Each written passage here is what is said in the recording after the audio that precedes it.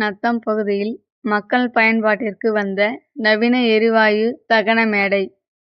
நத்தம் பகுதியில் மின்மயானம் அமைக்க வேண்டும் என்பது நத்தம் தொகுதி மக்களின் நீண்ட நாள் கோரிக்கையாக இருந்தது. இதையடுத்து நத்தம் பேரூராட்சி தேர்தலில் சேர்மன் வேட்பாளராக நின்ற ஷேக் சிக்கந்தர் பாட்ஷா தேர்தலில் வெற்றி பெற்றால் மின்மயானம் அமைக்க தனது சொந்த இடத்தை இலவசமாக தருவதாக தேர்தல் வாக்குறுதி அளித்தார். இதனையொட்டி தேர்தலில் வெற்றி பெற்று பேரூராட்சி தலைவராக உள்ள ஷேக் சிக்கந்தர் பாட்ஷா தேர்தல் வாக்குறுதியை நிறைவேற்றும் விதமாக நத்தம் அருகே அப்பாஸ்புரம் மெய்யம்பட்டி பகுதியில் உள்ள அவருக்கு சொந்தமான 1.5 ஏக்கர் நிலத்தை மின்மயானம் அமைக்க தானமாக வழங்கினார்.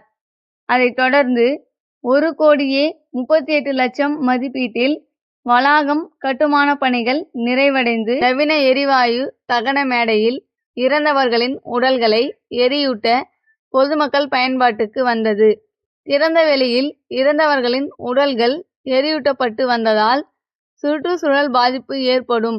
இதனை தவிர்க்கும் வகையில் பொதுமக்களின் நலன் மற்றும் சுற்றுச்சூழலை பாதுகாத்திட பேரூராட்சி உட்பட பகுதிகள் மற்றும் சுற்றுவட்டார பகுதிகளில் உள்ள அனைவரும் இறந்தவர்களின் உடல்களை காலை 9 மணி முதல் மாலை 5 மணி வரை கொட்டாம்பட்டி சாலையில் உள்ள மின் மயானத்தில் தகனம் செய்து சுற்றுச்சூழல் மாசுபடுவதை தவிர்க்கலாம் என்று பேரூராட்சி சேர்மன் ஷேக் சிக்கந்தர் பாட்ஷா மற்றும் பேரூராட்சி செயல் அலுவலர் விஜயநாத் தெரிவித்துள்ளனர்.